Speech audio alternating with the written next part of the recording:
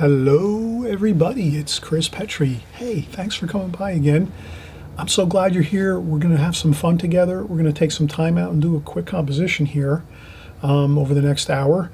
And what we're going to do is we're going to try to just have the idea of let's practice some simple composition work where we're not really getting too fanatical about creating a painting or a finished painting or a gallery painting. Although sometimes when you do a composition like this, sometimes you'll make a painting like this and it'll look so good, it'll be fantastic. You can actually put it in a frame, put a mat around it. So if it does come out good and you do this painting, do it. Definitely put a mat around it, put it in a frame, bring it to a gallery, bring it to a show.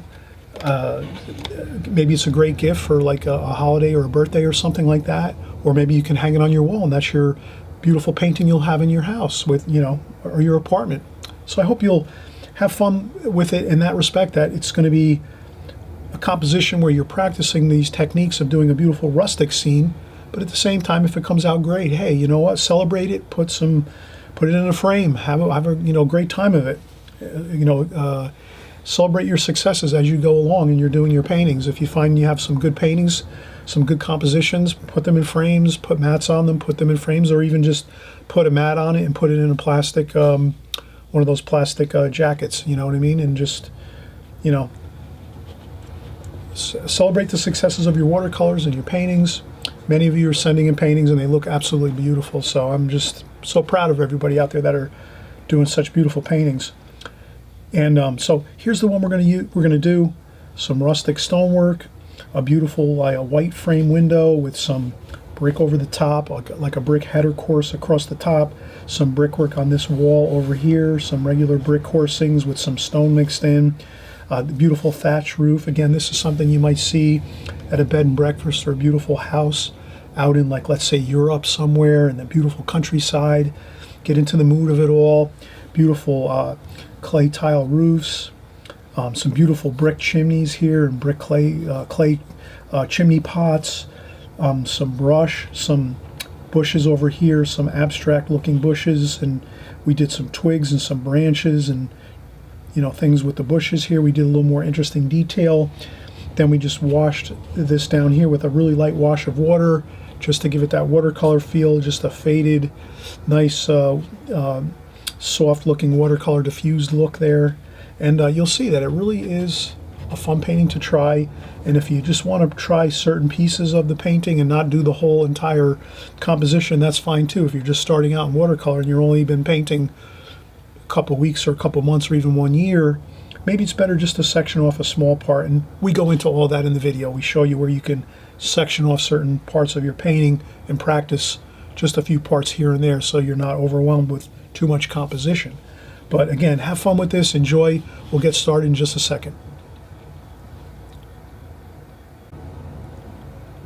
All right, hi everybody, Chris Petri here. Hey, you just saw the finished product, the finished painting. We're just going to take a little bit of time out here and do a fun practice type composition where we're going to get in some time looking at rustic type stone brickwork.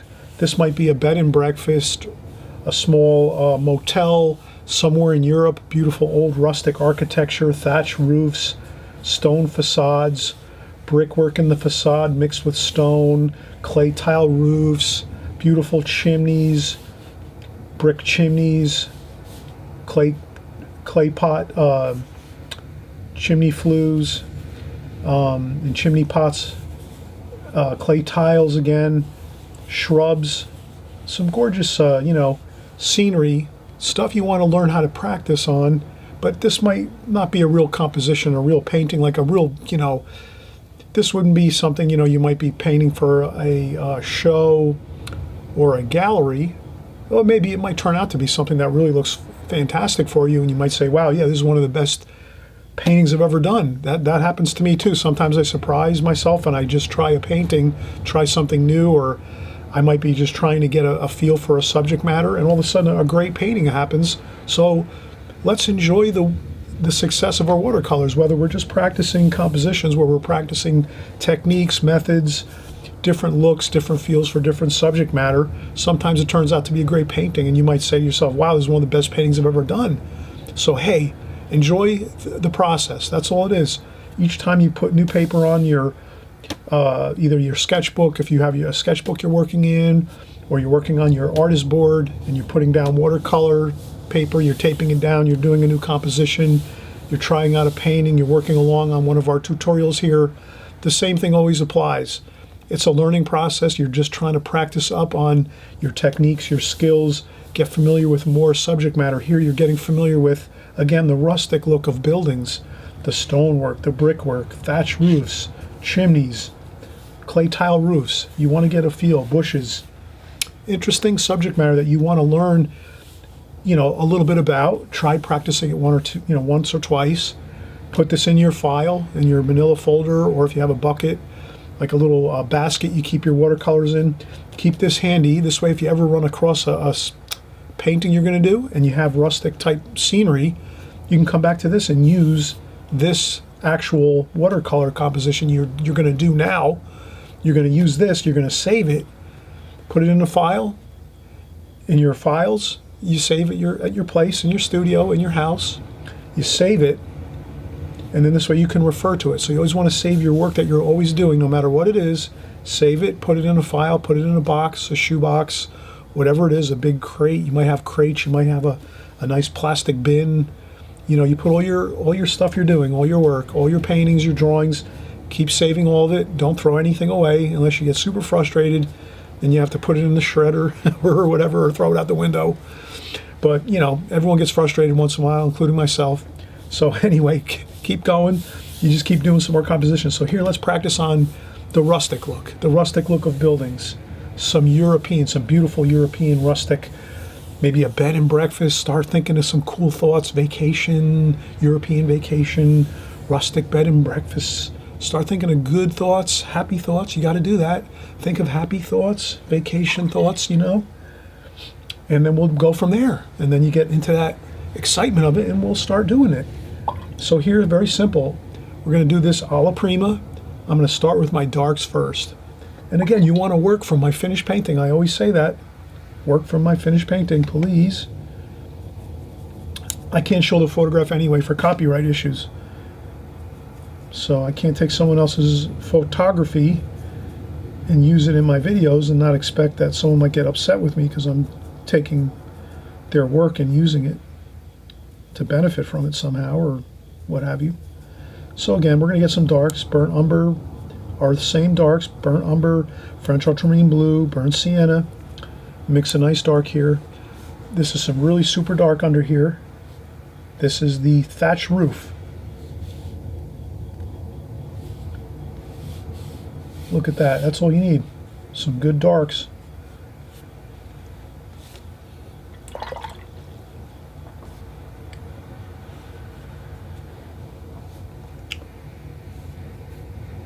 Burnt umber, French ultramarine blue, burnt sienna.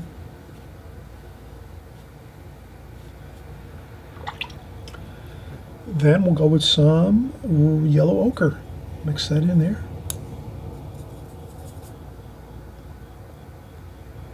And that's going to be up here. That's the thatch. Where the light is striking the thatch up above, here's the shadow underneath the soffit of the thatch roof. So you have your thatch roof with a soffit underneath. So that's the part that's underneath the roof eave. And that's the darker dark. And that's all. Just as long as you explain it. It's a little bit this way here, like so. Perfect. Excellent. Look at that. A couple strokes of darks and we have that all finished. Then we're going to take some more darks and we're just going to lighten it up a little bit. You can see I'm going a little lighter under there. This is the shadow of the eave of the roof, the thatch roof. And I'm leaving a little bit of white paper there just so everything doesn't start converging in together and blossoming and blooming and the cauliflowers you get when all the water starts blowing out on the paper here. We don't want that. Let's keep it neat. So you leave a little bit of white paper like so, just for till it sort of dries a little bit, and then you can just join those two areas together like that. But let's keep it like that. Now, again, we're doing darks first. That's the main thing. Darker tonal values. That means if you have tonal values, we're always concerned about that. Remember that. You always know, you'll hear me harping on that constantly. You'll get tired of me saying it all the time. Why is Chris always yelling at us or bothering us with tonal values? You have to have them in your paintings because they really add tremendous beauty. So if we're looking at it this way, tonal values, let's say we just keep it simple. 4 tonal values in a painting. Let's say we use this. This is your complete super dark. Okay? That would be here. Then you get a little lighter. That's like here, under here. We're starting to get a little lighter here. It'll dry lighter too as we go. You can also use a little bit of tissue to lighten up a spot if you have to, like that. Just a little tidbit of secrets there in the watercolor secrets here. Now, the third tonal value would be a light, a very light light like that. And this here would be the white of the paper.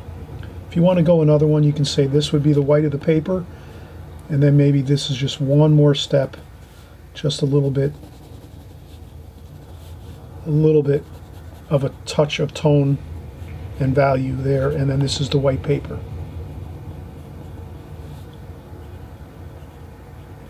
Okay, white paper here. And you got 1, 2, 3, 4. Super dark, black, almost dark black. That's the mix here we make. French ultramarine blue, burnt umber, burnt sienna mixture. We did that right here. That's your darkest tonal value up here. Then as we step it down to go a little lighter, then we're under here. We're here on this one. Now we're going to start using these with some of our stonework and the sky. And then some of the white paper we might leave in here and there. We'll see. We have a white window over here. We'll see how that works out. But you saw the finished painting, so you kind of know the routine here. So just wanted to go over that. Your tonal values. Let's make a little note here. Tonal values. And then we put that up here. That's our... We got to have those in our painting, so we're always thinking, okay, where's the darks? Where's the lights? We're doing alla prima painting here. So we could say this is alla prima.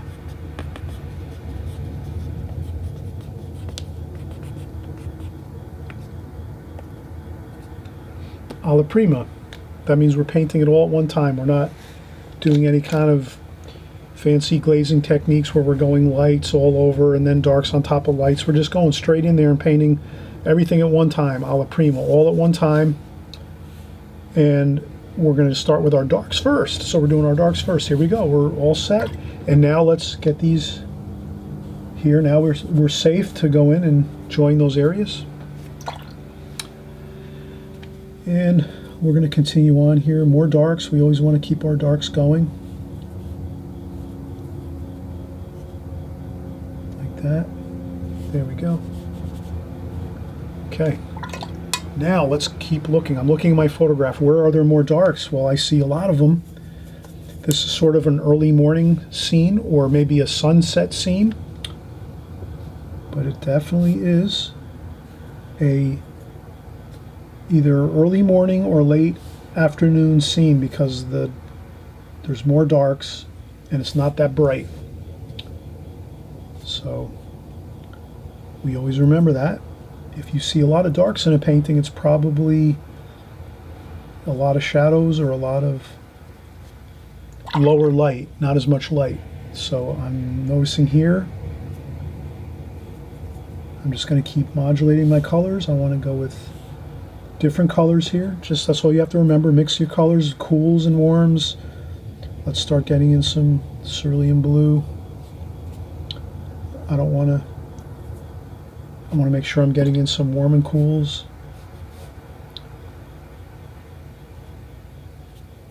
Let's go with some cadmium red. Let's do some cadmium reds here and there.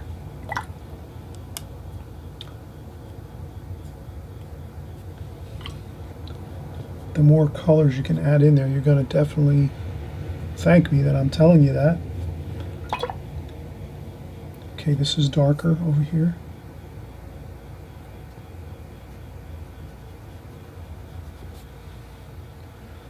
This is very dark actually over here. I'm just looking at my photograph. Again, I can't show you the photograph. I wish I could. But you'll thank me later, because if someone decides to really get down and dirty with me and start taking all my money, I won't have any money to be able to afford doing videos.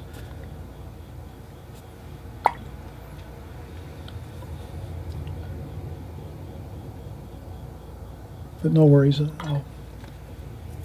I'll work it out. So here we can already see we're doing the chimney. Darks, burnt umber, French ultramarine blue, burnt sienna. And we're trying to get these darks in over here. And again, you can leave a little bit of white paper if you need to. Raw umber, yellow ochre here. That looks good. Yellow ochre over here, the light.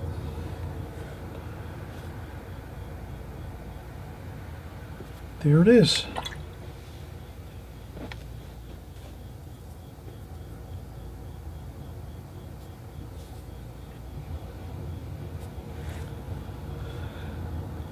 Okay, now you can do touch-ups later to the details if you have to. Don't feel like you have to get in all your details in the beginning.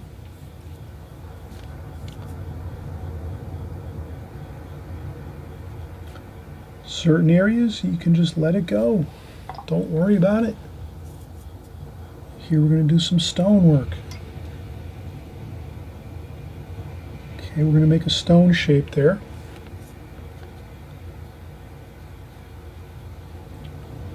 Do some stone shapes as you go. Now we're going to do some stone work over here.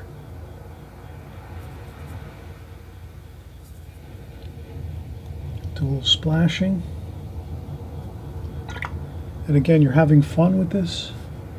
You're just noticing what I'm doing here. I'm mixing stone colors, browns, blues, some greens, olive green maybe. We're going to do some greens in here.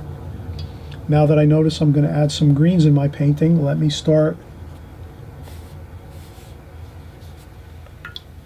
add some greens up here, just a touch. Go in there just a little bit. If it's dry, it's good to go. If it's dry, you can add a little green. Like that. You can add a little green to your chimney. Okay, so we're getting all the darks in. And I'm going to keep working on my darks here. Okay, there's certain areas I'm looking at and saying, you know what? I'm still seeing a lot of darks. So remember, if you're seeing lots of darks, you got to paint them in there. You can't say to yourself, I'm not going to pay attention to my tonal values. You have to always pay attention to your darks and your lights. You have to really key in on that. You have to really focus in on that if you're looking at a photograph, if you're looking at a picture, something online, outdoors, if you're painting outdoors, whatever it is, always key in on these tonal values of your painting. What are the darks? What are the lights? One advantage of painting alla prima is you start with the darks. So it kind of like, it's easier when you're painting alla prima because you're starting with your super darks and you really can see that. It's real clear when you're painting darks. You can kind of see, all right, here in my palette, I've really got the darks in the palette here and it's really evident that I have it. That's the darks right there. I mean, that's just, that's your darks. You have that. And you keep working your darks in, and then eventually you lighten up. And once you lighten up, it's a little easier because you have your darks to kind of set the pace for your painting. So that's what we're doing here. We're setting the pace for our painting. I hope you're enjoying this. I'm going to do a couple mixtures over here. It gets a little bit over here. There's some darks over here. There might be some sort of structure over here. So I'm going to just put that, maybe a line over here. There's a structure or something over there. Not quite sure what it is. I'm not going to worry about it. Some parts of your painting you can just leave them be. Leave some real loose, non-detailed areas that just have some paint and some wash on, like over here. You don't want to paint everything in superior detail. You want to leave some areas that you can relax when you're looking at it and say, oh, it's just a nice wash there, but who knows what it is. That's fine. Okay. We're going to continue on. We know this is stonework here. Burnt sienna, some bricks too. This is more stone over here, I think. This is more stone over here on this area.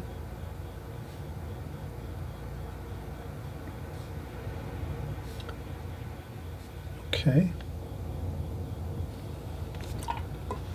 Okay, I'm going to leave that the way it is.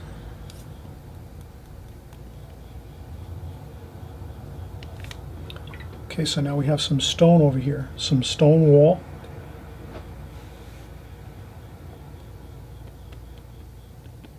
Like that. Okay, let's keep working on our chimney up here. Now we have some more red and dark. We have a little bit of red up here, like that. Some burnt sienna and some red. So now we start to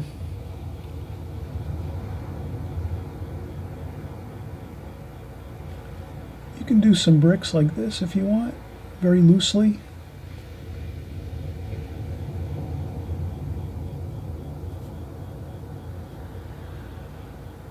Like that. And then some yellow ochre and red. So don't feel like you have to break out a square brush. You can use this if you want. Like that. You can let this dry 100% and then go over with a lighter wash. That's fine. Always remember, with watercolor, you're always in control.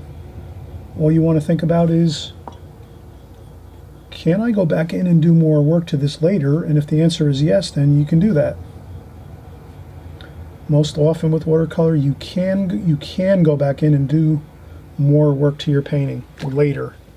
And so that's the point I want to make here is you could go back in and do more washes on top of the ones we're doing now. And I'm going to do that. I'm going to make that some yellow ochre on top of this reddish brick here. Because this is in light and this is in shadow over here on the right. So I want to do some shadowing over here. Burnt. This is some French ultramarine blue. Some purple maybe. Use some purple.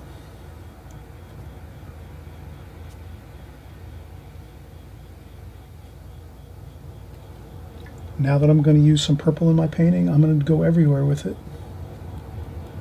So I'm going to splash it around, put some up here. Very subtly though. You just add a little bit here and there. And that's good enough. It'll work out fine. And then up here we have a gorgeous, beautiful clay chimney pot. Let's add that in like so.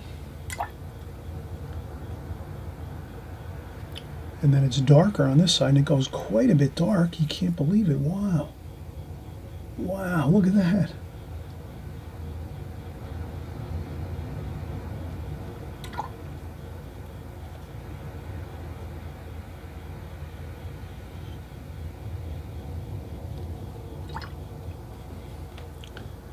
And if it gets too dark on this side over here on the right, you can always lift up a little paint like that. A little bit of burnt sienna maybe.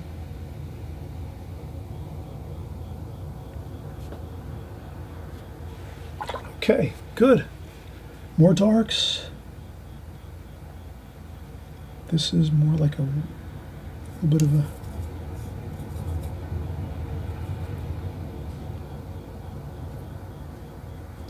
this is the roof on this side here. It's a little bit too dark. So I lift up with a little bit of paint.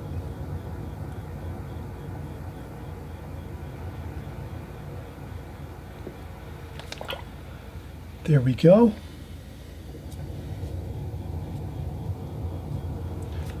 That's good. We're going to let this dry a little bit. We'll come right back. Let's take a little break. We've been painting 20 minutes or so. That's a great time for a break. And I always mention too, before we take a break, everybody, please subscribe. It's real simple. You just click on the button below on the right-hand side of your screen that says subscribe. Once you subscribe, you're going to get all our videos here. Every week we're creating new videos. We're doing every type of subject matter, everything watercolor. So just think about it. Any type of watercolor type of painting, you're going to be on this channel here, you're going to have it. Whether we're doing some rustic scenes like this with some architecture, we do seascapes with the oceans, we do boats, we do the beach scenes, we do everything here. We do landscapes and trees and beautiful skies. We do figure painting, we do portrait painting. We also do cityscapes. We do scenes of beautiful cities, buildings. We cover it all here, and it's all watercolor. So please, if you subscribe, you'll be right here along with us, learning all the techniques and methods you need to create any type of watercolor painting your heart desires. That's all it is anything you want to paint. We cover all the techniques. So it doesn't matter what type of painting you're painting, whatever subject matter it is, the techniques are all the same. All the techniques are the same. The methods are the same no matter what you're painting. It's just a matter of learning those techniques and methods here over and over on my channel. And then whenever you're painting a painting, you're just going to default, you're going to go right to those methods and techniques no matter what you're painting, and you're going to have success with your paintings. So stick with me, trust me, I guarantee your painting is going to look more beautiful. And we're going to take a quick break. Again, always remember, take breaks when you're painting. Don't try to paint for 4 hours straight. It doesn't go good. I've done it many times, and I know the results. Please take breaks every 15, 20 minutes or every half an hour. Take a break, stretch, get a drink of water, cup of coffee, tea, whatever you like. But, you know, take some breaks. Come back the next day. Leave your painting, go. Don't worry about it. Watercolor, you can paint now, today, and then leave it for 2 weeks and come back 2 weeks later. You might go on vacation and come back 2 weeks later, and you'll be fine. You just pick right back up where you left. All right, so enough with my babbling here. I hope you're having a fun time. We're having a good time here. We're going to just let some of this dry, and we'll come back and keep working. But this is the beauty of alla prima. You just paint, and you stop, and you can come back a week later, a month later, a year later, or an hour later, and you're going to be okay. Okay, we'll be right back. Okay, welcome again. Thanks for sticking in here, doing the work. We're practicing together. We're going to create more beautiful paintings, and this is one way we're going to create more beautiful paintings. We're going to practice on some subject matter that we might not ordinarily paint a whole lot, right? So this is like a rustic bed and breakfast scene, beautiful, like a gorgeous architecture, stone, concrete, bricks, chimneys. Beautiful architecture here. You might see this in Europe, the countryside of Europe. Beautiful architecture. Thatch roof. Here we're using a thatch roof type of design. So what I'm saying is, if you can do this exercise, stick with me here. Create this exercise, do it to the best of your ability, and then you take this and you set it in a folder, and you keep that with you when you're watercolor painting in your studio. You might bring it with you too into the field if you're going to do some outdoor painting. But the thing is, you'll have like a template. You'll do this exercise once or twice or maybe 3 times. You'll paint along with us here. Then you'll have this in a folder in your bag, in your duffel bag, whenever you go out, or if you're in your studio, you'll say, oh, I remember with Chris Petri, we did a rustic scene with all that beautiful stonework and brickwork and thatch roofs and chimneys. And now I'm trying to do a painting with all those things in it, like a house or a castle or a building, whatever it is. And you just take this painting out, and you look at it and say, oh yeah, I remember the colors. And you'll look at the colors and go, yeah, I remember what colors we used.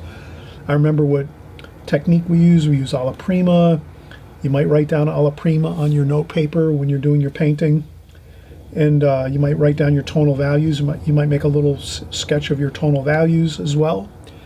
It's kind of like if you have a sketchbook, or if you want to do this in a sketchbook, that's a great idea too. If you want to do this in a sketchbook that you might have, create this painting in a sketchbook, and then you put the notes in there too, just like this. And this is what the old masters and all the great painters over history, over long periods, hundreds, thousands of years, all the great master painters would go out, paint on location in beautiful areas. They'd paint buildings, the oceans, skies, fields, you name it. They painted it, figures, whatever it was. And what they did is they just made notes.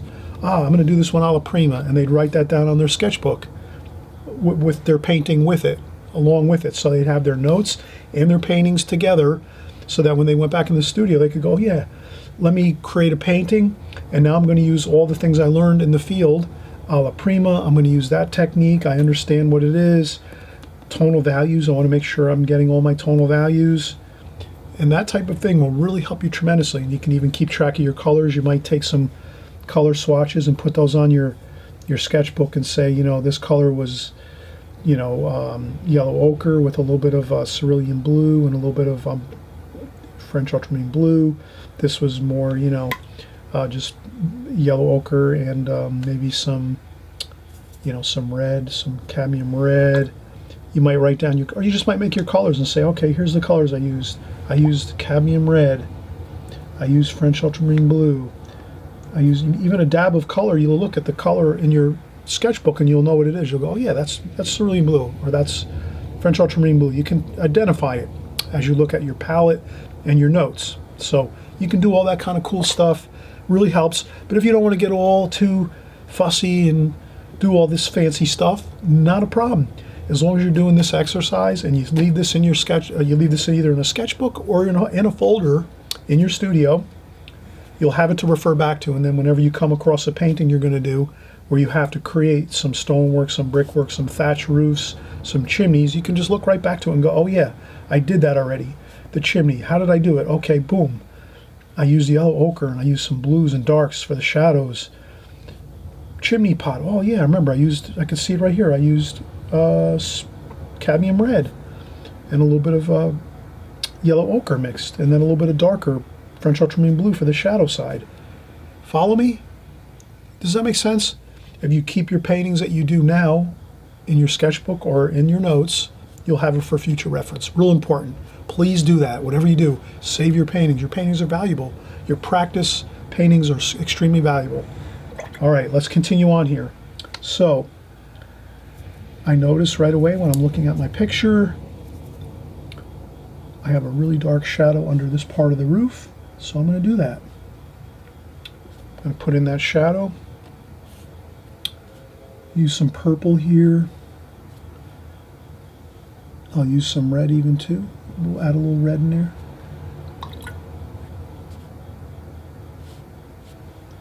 And if you find you added too much color, something like that, doesn't look great, no problem. Just take some tissue or some paper towel. You fold it like this and make a little line, you know, kind of like fold it, make it like a point, a chisel edge. You just lift it up. There you go. And you go over it with some darks, like that. Okay, so that's the shadow underneath this edge of the clay tile roofs over here. Some tiles, might be some slate or clay tiles along this roof here. And then over here, yellow ochre. These are clay tiles here, so I'm going to get those in. I'll use burnt umber,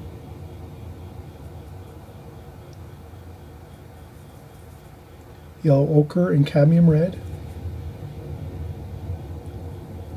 and then a little bit of cerulean blue.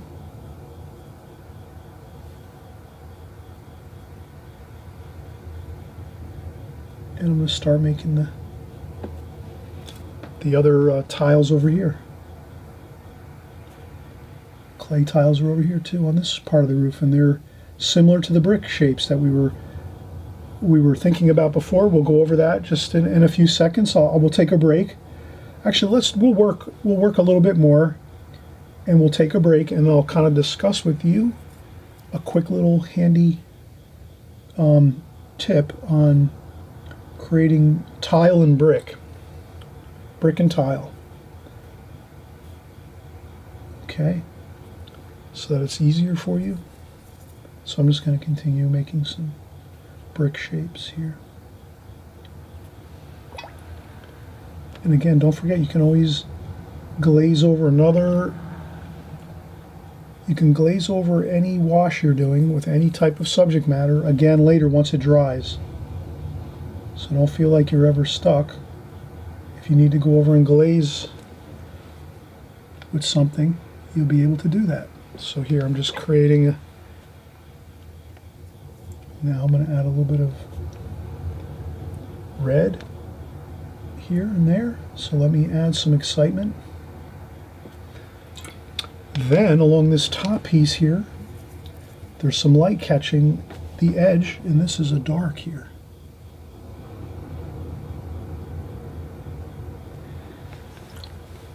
So that's like a dark along that top edge of that clay tile where the light's striking it from this way. So the light's coming this way. I'm very sorry, can you forgive me? I might have forgot to put the light insignia here. We always try to do that with my channel here. Where is the light coming from?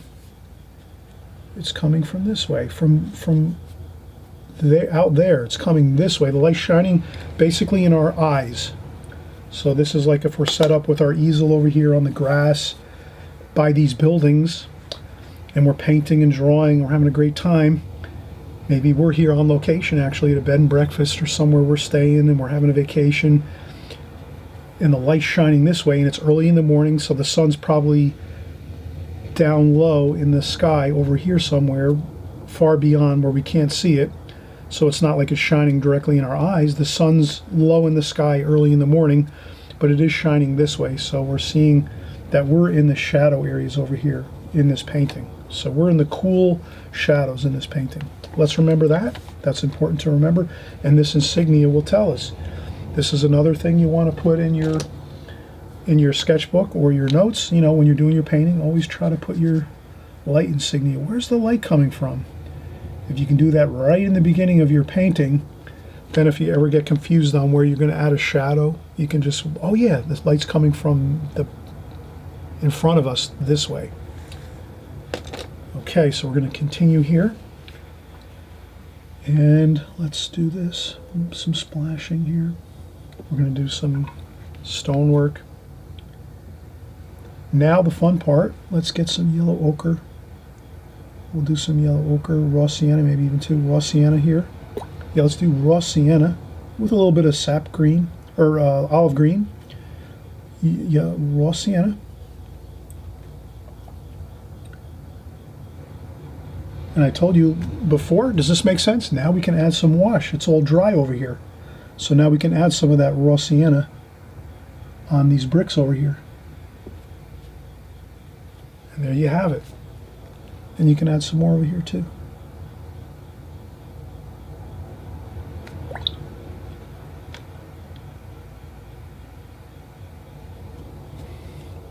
Looks good.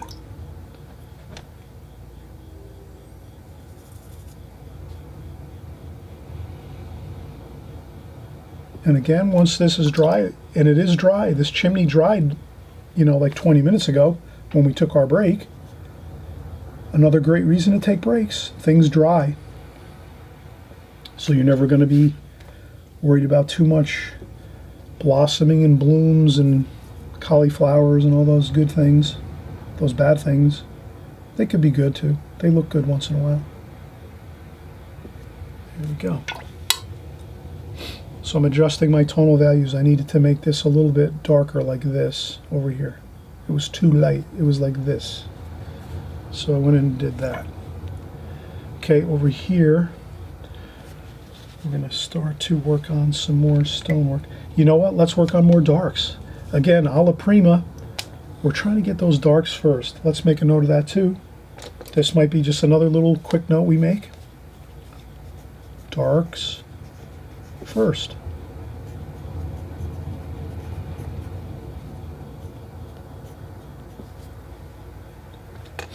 So now if I stick to my game plan, let's make darks first, we're going to be in a better shape here. Let me see if I can find a square brush, a small square brush. Do I have a small square brush anywhere?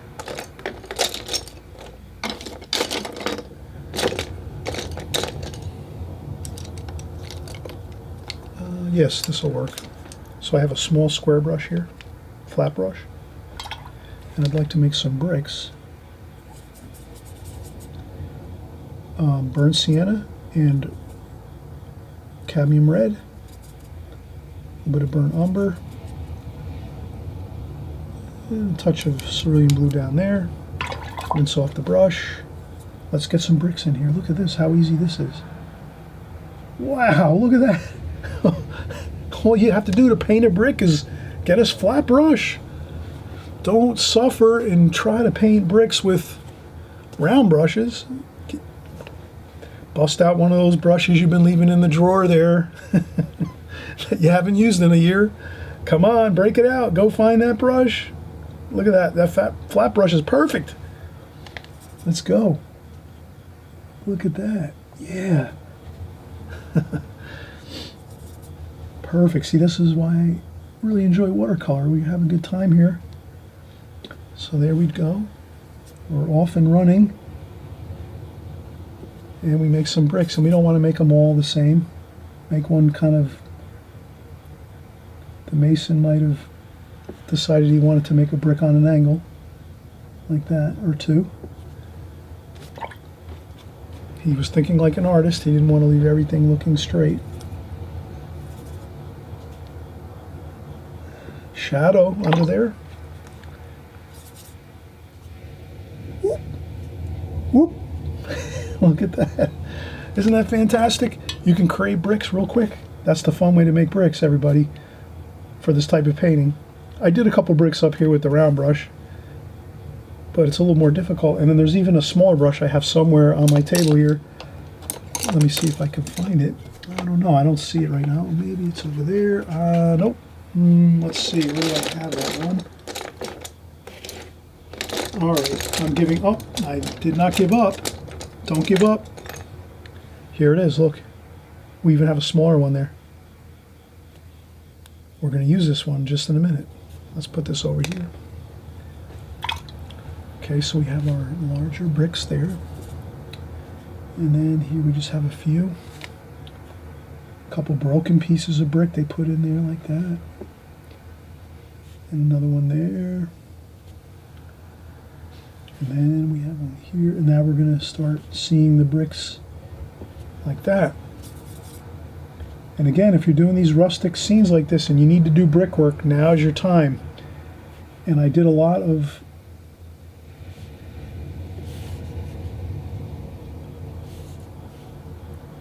this tends to be the pattern. Get some, I want to make sure I mix it up a little bit. Not all cools. Let's mix in a little darks with that. Warm and cool all the time. Okay.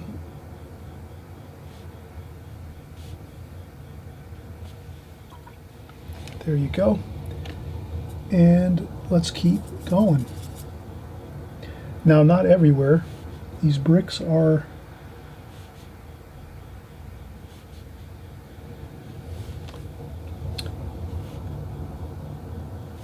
kind of haphazard. They're not really everywhere. And then there's some up here. And that's where you have fun. Look at that. They're here and there, but not everywhere. And that's the most important thing. To try to just mix it up. Down here, there's a couple. And there's more up here.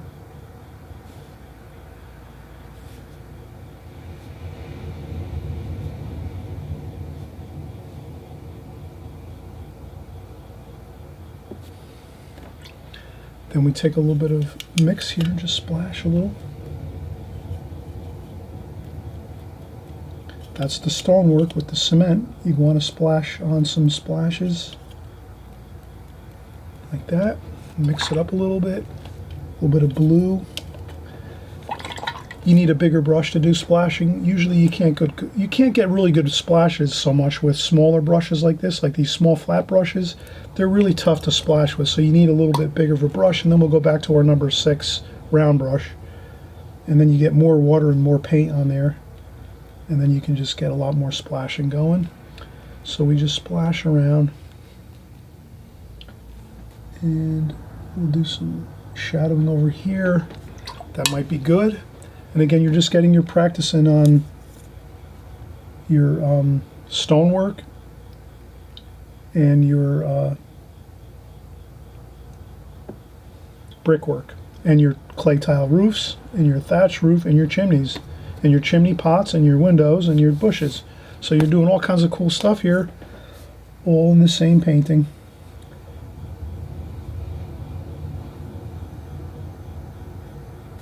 And I just want to make sure I get some darks in there, like that. We wanted that dark there, so that's kind of a cool thing. And some yellow ochre.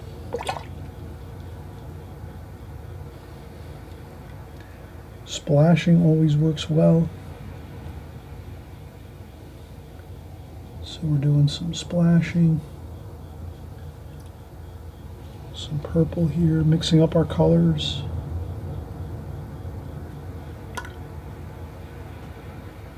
Now what you can do is follow along here on this with me.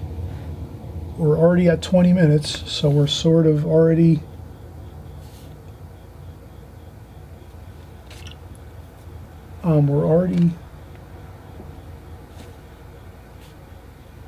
painting for 20 minutes now. We're coming up on a break,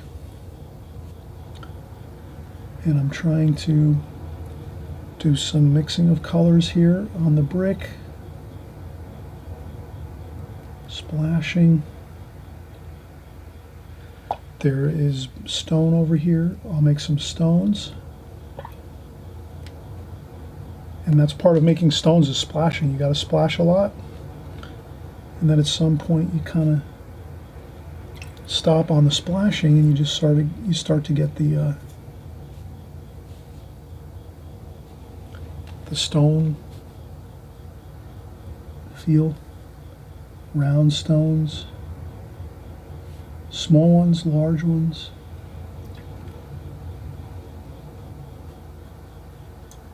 Mix in a little bit of red with your stonework. Try to mix and mingle all your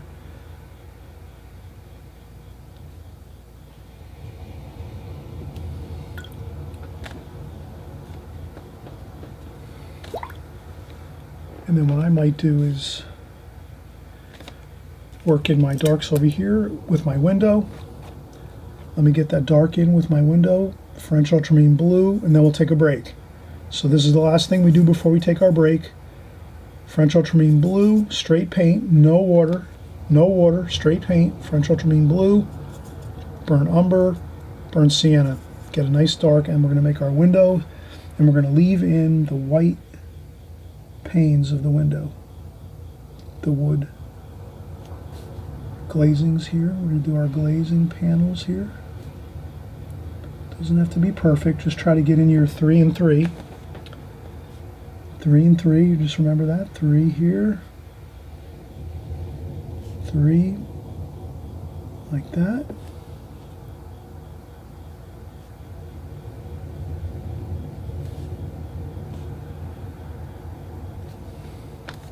Excellent. That's all you need. Now you have to let this dry, and you don't want to do anything around here. This has to dry 100% if you're doing these glazings like this.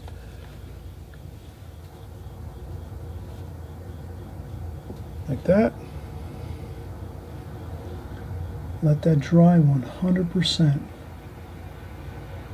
before you start going around it with anything, okay? But that's really a nice, powerful dark. Can you see that? Can you see that? Just that real powerful dark there in those window glazings really looks great. It kind of really gives a lot of excitement right to that area right here in the middle of the stonework and all the wall of stone and bricks. Looks beautiful. Okay, let's take a break, And again, I always mention, hey, please subscribe right down here on the bottom of the right-hand side. If you subscribe, you're going to get all these videos week after week, month after month, and year after year. Your watercolors are going to get better, 100%. So don't worry about it. Watercolor does not, you won't learn watercolor overnight. It takes years. You know, I really have to say that. I don't like to be, you know, negative with anybody. Some people might think I can learn this in like a month or two. No way. It takes years to learn watercolor, but if you practice the fundamentals just like this over and over, week after week, month after month, and year after year, after 2-3 years, you're already rolling and you've got all the techniques down, the methods, the basics, and then you go from there and you'll be off and running and doing beautiful work. So don't worry about what people tell you. If it's easy, it's not easy. And some people say, oh, that person's gifted, I'm gifted, you're gifted, and someone else is gifted, whoever. Don't believe it. It's all just practice. Keep practicing each week, each month, and just keep going and going, trying little pieces. You might not have to, don't create this whole picture. If you have to, just paint the window with some bricks. Start off that way. If you're just starting out, don't stress. Don't stress. Watercolor's fun. Have fun with watercolors. If you find that I'm doing stuff that's too much and you get like frustrated, don't worry. Just do small, super small sections. Take one little section. I'll show you how you do it.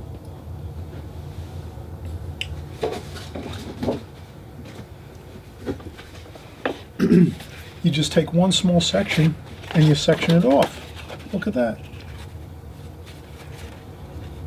Maybe you just do this.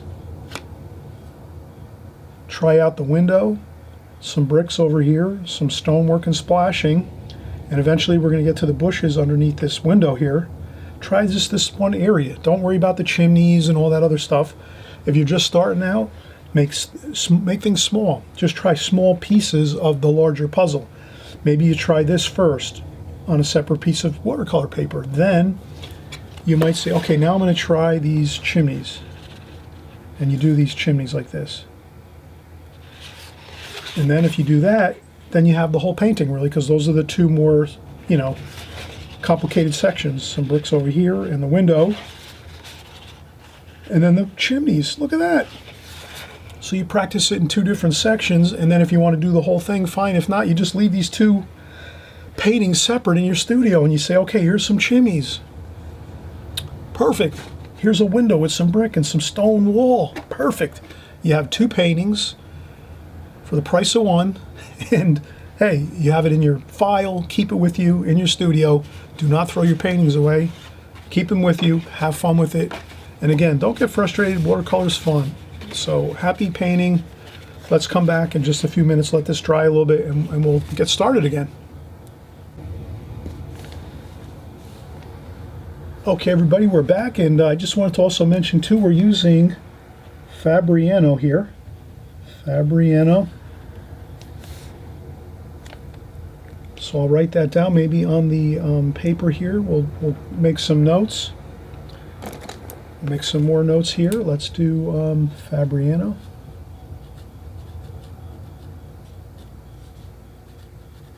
Fabriano Artistico.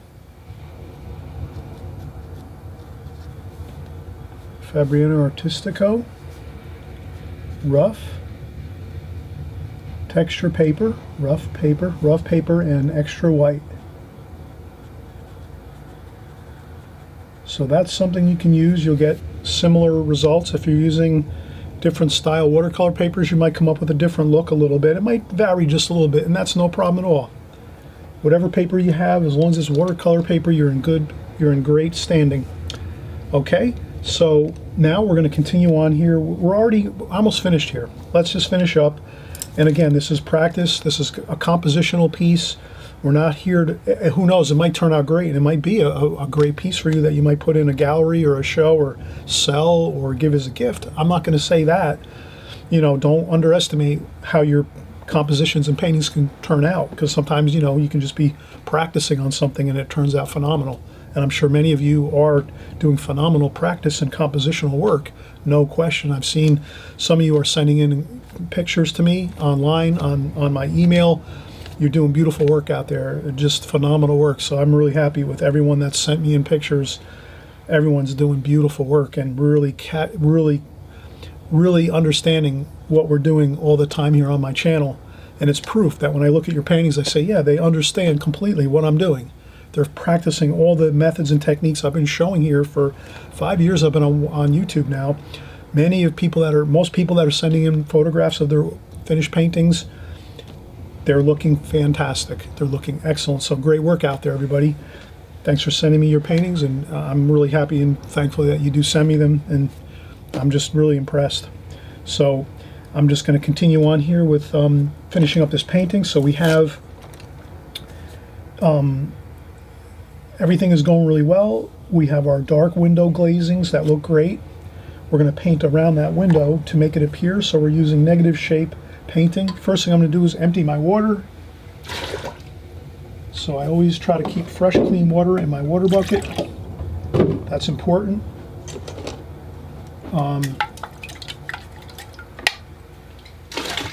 So I just remember that. Once in a while, I'm emptying my bucket and putting in fresh water. I don't feel I need to change any. I feel I don't need to clean up the palette too much, actually, because we're doing like rustic look here. It's lots of mixes of colors. Nothing is really going to affect us by not cleaning the palette. I think we're in good shape that way. So let's do, like we said, let's do some painting around the window here. So I'm going to do a stone there, maybe. There's a square stone. And there's a little bit of green and blue.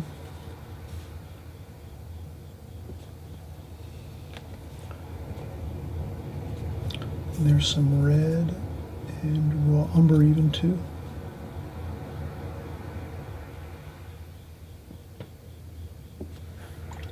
Like so.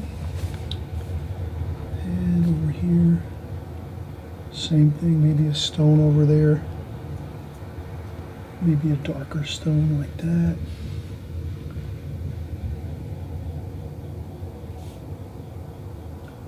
So you can make a couple stone shapes around your window to kind of make it like a focal point.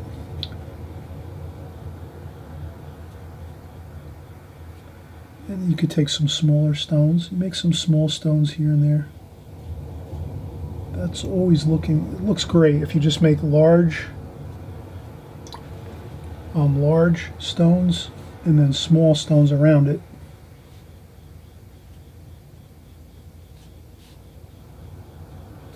Like that.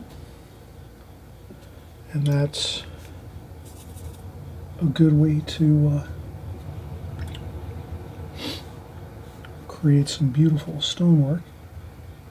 Maximum square feet of stone is always good.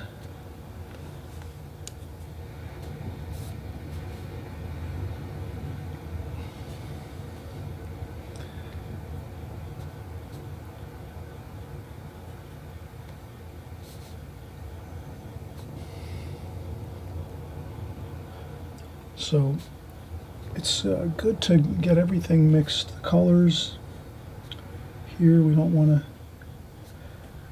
let's keep mixing our purples in there too. We want to get some purple colors here and there. Try to make sure you mix your colors all throughout the painting, the same ones you're using.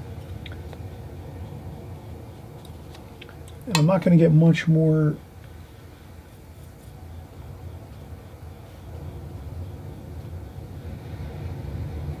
some stonework here, the feel of stonework. Large, small.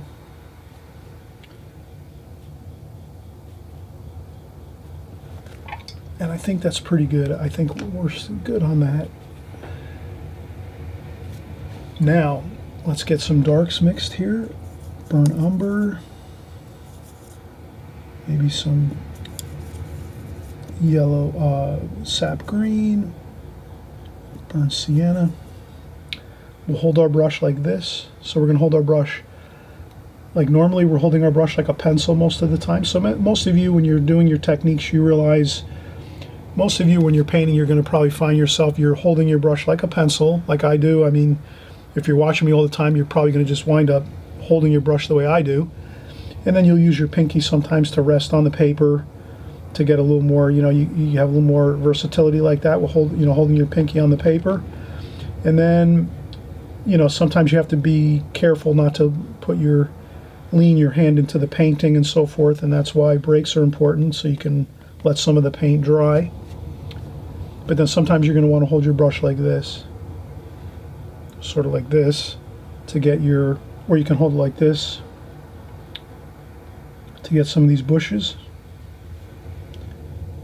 These bushes are like burnt sienna and burnt umber, straight paint. No, please don't use any water right now. Just use straight paint, and you're going to do the bushes over here like that. Flick the brush up like this, like that. Do a little finger painting. Tap on like that. Tap on some of the paint like so, and that's good. Then we'll get our needlepoint brush like so. Our needlepoint brush, that's the very, very fine pointed brush we use all the time on my channel here. You have to have this brush to capture the really beautiful details of your watercolors. If you're using a really wide brush like this, you're not going to capture the same detail. So if you want to add that extra bit of fine detail, please, you need to use the proper brushes. Then I take the brush and I move my hand up on the top of the brush up here. So now I'm going from like the pencil, you know how we use it like this, a pencil, a lot of times we use our pen, we're painting like this. When you're using your needlepoint brush, you're going to slide your hand up on the brush and hold it at the top, and then you're going to hold it up like this, straight up over the painting, and then you move your brush in a fashion of doing this. And this way you're getting in all those beautiful bushes and the twigs and branches underneath. And that's going to really give you a great look you want. You just roll the brush around until you get that nice point like so. And then you just get some of those twigs and branches, and that's what we're looking for. And you don't have to do too many, just a few really. You could do a couple up in here.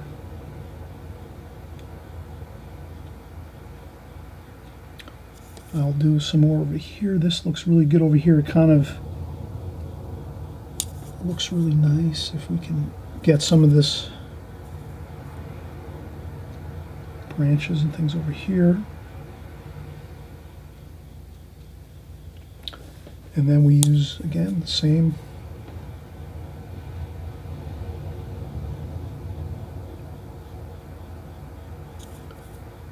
then you can get some darker darks here. Burnt sienna, French ultramarine blue, burnt umber. Get a couple darks in there. There we go.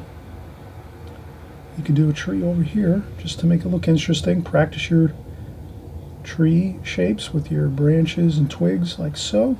There's one over here. It kind of sets this back a little bit, makes it look a little more interesting. And then maybe over here a couple, and then a tree over here. But not too many. Again, you have to really exercise your self-control with this. You don't want to keep doing a zillion of these and then it's not going to look good. So I think we're good. We're okay there. Maybe one like this. Across this way here, just another, maybe a small. Like that. Just an indication, like that. Perfect. Then we might take our sap green. Maybe a little bit of viridian green. A couple splashes over here. Just suggestions of some green bushes and twigs and stuff.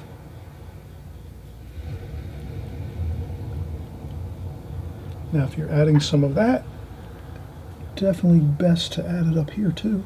Why not? Who's gonna ever question us? We're the artists. Okay, we're the artists. You can put your happy colors wherever you want. No one's gonna say anything. All right, now again we're in the final bits of our painting here, and I'm just going to try to get some splashes of color on here, but I don't want to go too much. All right, some raw umber here. There's some greens down here. Let's use some raw umber and sap green. We put in some color. Maybe I'll just go across like this. Just like that. No worries. Just have some fun. Slosh on some paint. Then you splash on some additional yellow ochre, raw umber and olive green. Splash that on. Okay, and then you want to add some burnt sienna to that. So again, I splash on some burnt sienna. A little bit of cerulean blue, warm and cool everywhere. So I'm getting more abstract now on the bottom of the painting.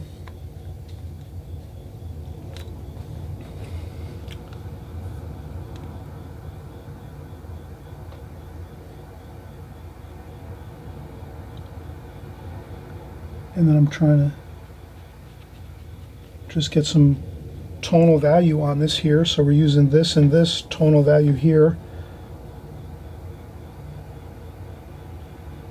Again, the light's coming from behind all these buildings, so you're not going to see too many white bits of paper over here.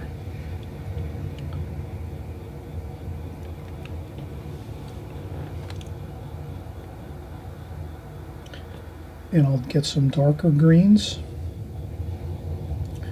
So I'll use some olive green, cerulean blue.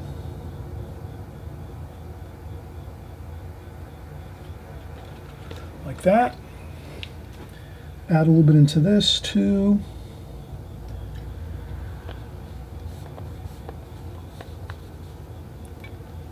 And you can see maybe there's some darks in here too.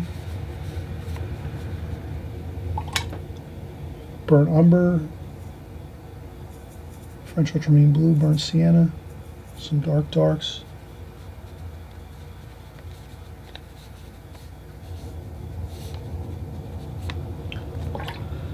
And that's all. If you can get some darks in there too, just some shadowing. Doesn't have to be the focal points up here. So down here you can do abstract looking washes. Splash some water on there, just let some water run off.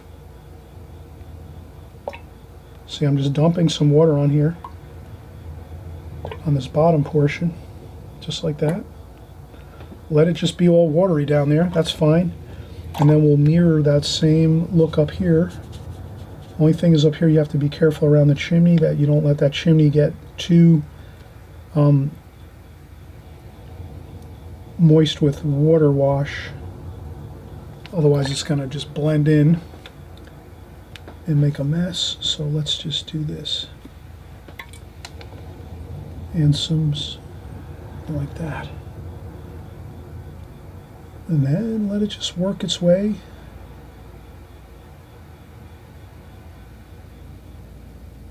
Let the water do the work here.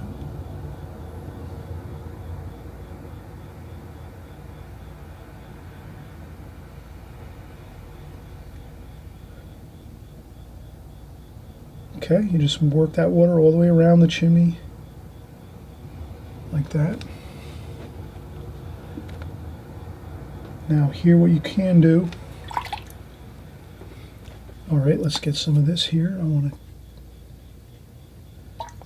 going to take some raw sienna and give this a warm wash here, all the way across the top of this. Okay. So now I'm doing my raw sienna wash over everything over here. It's in shadow. I'm going to leave that window white. This looks good.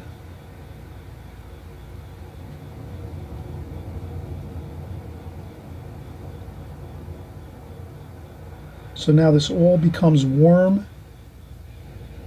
like a warm wash on this side over here. And again, the light's coming from across out there this way. So really the only white thing I see is really the paint on the window. Like that. And then you can come back with a little paper towel or tissue. Just like that. And you don't worry if there's a, like I said, this is a fun exercise really. It's a composition. Don't worry about things too much. Here we're just blotting up a little bit of water. I'm going to blot up a little bit of water over here on the chimney areas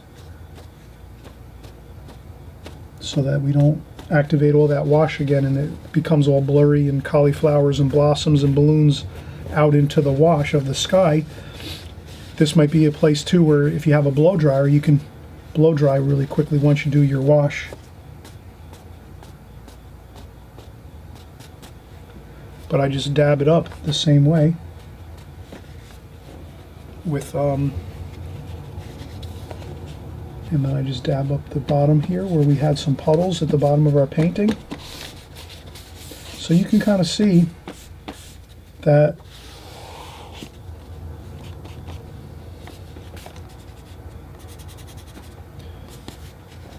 you can add a little bit of texture, you know, just doing a little bit of finger painting here.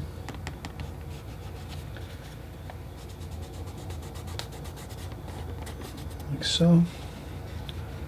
And that's it. You get a nice beautiful rustic look to this. And again, if you feel like it's too much to do this whole painting, don't worry about it. Section it off. We showed you before. You just section it off. Do a few parts to it, you know. First start out and just do the window. Maybe just do the window like that. You know, you do the window like that, or like this, or right in the center. You know, you do a composition. Maybe you do this, like that. Then you do the chimneys maybe, like that. And that's all. You do a couple sections. Work at your own pace, whatever you feel like you want to do. And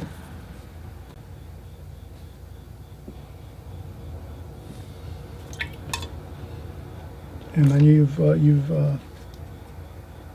had a good time. You've enjoyed it. It's been fun.